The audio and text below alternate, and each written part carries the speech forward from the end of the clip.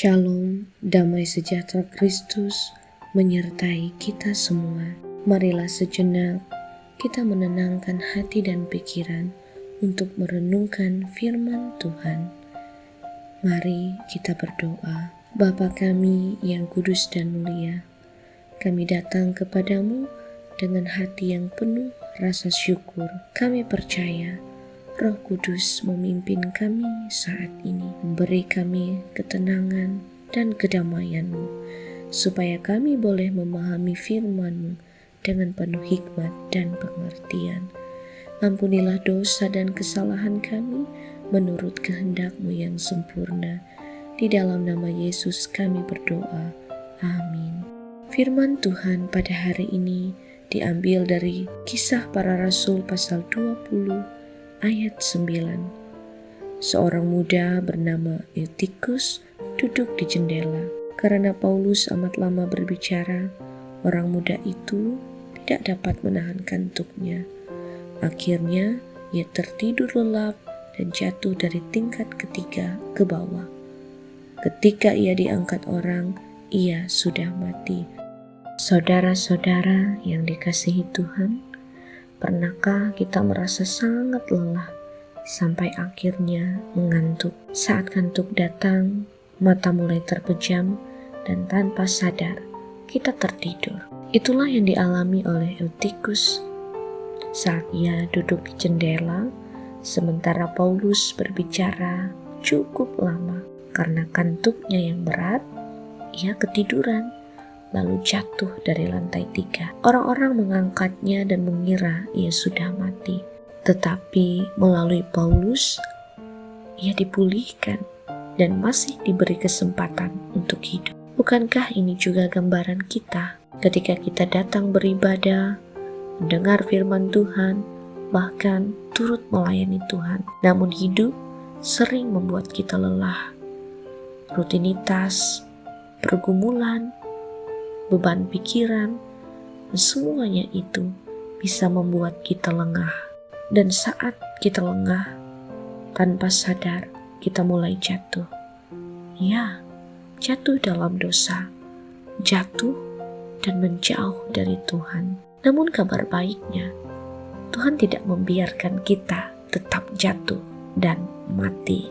Tuhan tidak menginginkan iman kita mati. Kisah ini menunjuk kepada belas kasihan Tuhan yang sungguh sangat besar.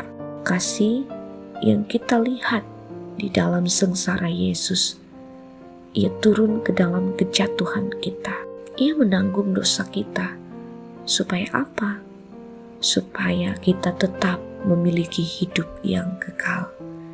Itulah anugerah keselamatan yang dinyatakan di dalam Yesus Kristus Juru Selamat kita. Dan hari ini, marilah kita menyadari bahwa hidup kita dikasihi Tuhan sungguh indah. Karena itu, jangan biarkan dirimu lengah dan terus terlelap dalam dosa. Mari bangun dan kembali kepada Tuhan di dalam pertobatan yang sejati. Tetaplah setia dan bertekun dalam doa, berjaga-jaga dan waspada. Sebab di dalam Yesus Kristus selalu ada pemulihan dan selalu ada kehidupan bagi kita. Tuhan memberkati. Amin. Marilah kita berdoa.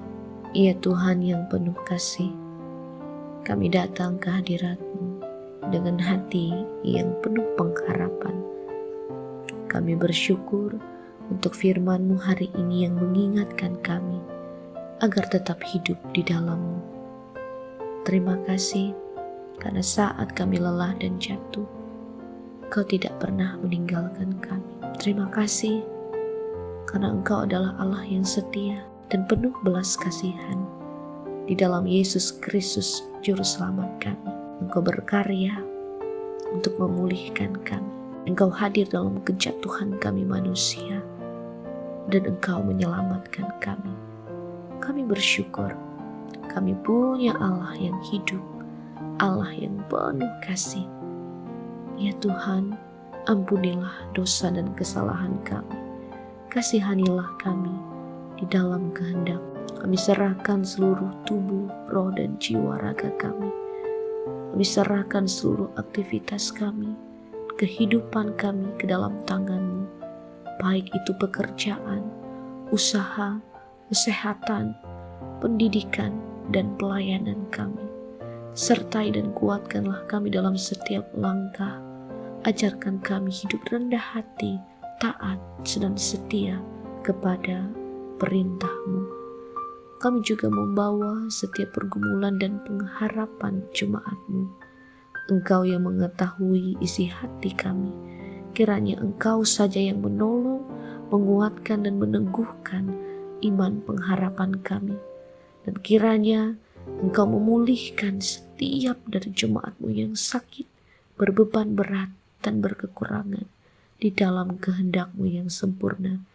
Ajarlah kami Tuhan untuk selalu bertekun dalam doa dan hidup dekat dengan-Mu setiap hari. Di dalam nama Yesus kami percaya ada kekuatan penghiburan dalam segala kehidupan kami. Inilah doa kami Tuhan, dalam nama Tuhan kami Yesus Kristus kami berdoa. Amin.